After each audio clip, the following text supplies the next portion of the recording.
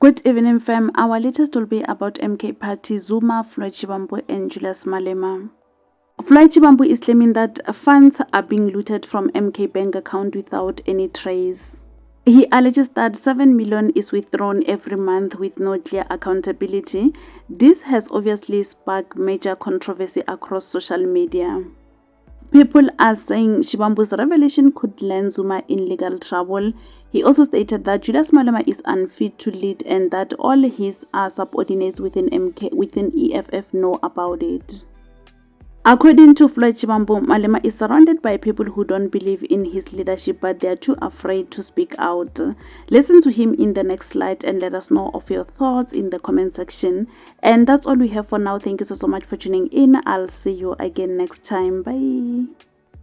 The reason and where does this come from? So the president of Mkondo is whom I dearly and so deeply respect, is surrounded by political scoundrels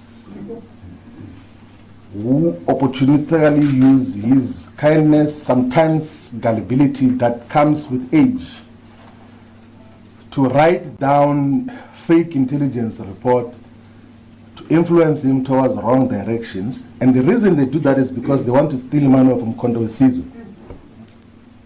And they are doing so now. Withdrawal of not less than 7 million rand every month from the organizational coffers. That is what defined, and that is what, and we're talking about this because we raised it internally that stop what you are doing, because you're going to get the party deregistered as a political party, because there's no sound reason on what has been happening, and it's things that we can prove beyond any reasonable doubt, not because it's things that you can change, and it's things that you cannot fake. And for that reason, when we raise every TG who has ever raised that got to be removed as leadership of Mkondo Sizwe. And there's no TG who has resigned as Mkondo Sizwe. All of them were removed to then deal with scoundrels who surround President Zuma to steal money of the organization. I carried my responsibilities as a leader of Mkondo Sizwe with utmost respect and respected everyone. Led with the collective the process of drafting the constitution and other foundational documents of the organization. Living there is the best decision I ever took in my political life, because we're legitimating rubbish there. And there was no way that you could dedicate your intellectual muscles and work. And in practice, we realize that this thing which we said we are standing for is not principle. Check the conduct of EFF in government and what gets to legitimate such. That was the best decision ever. And everyone that we spoke to, this like they, like they were to criminalize him, we saying, hey, I will never trust a person who knew that the deputy president is leaving, and then they isolate him by saying on the basis that he knew that I'm leaving. It's not only by saying it, those comrades knew, we discussed it, and we reached the same conclusion that we're not being fair to society if we say that this comrade can lead this country.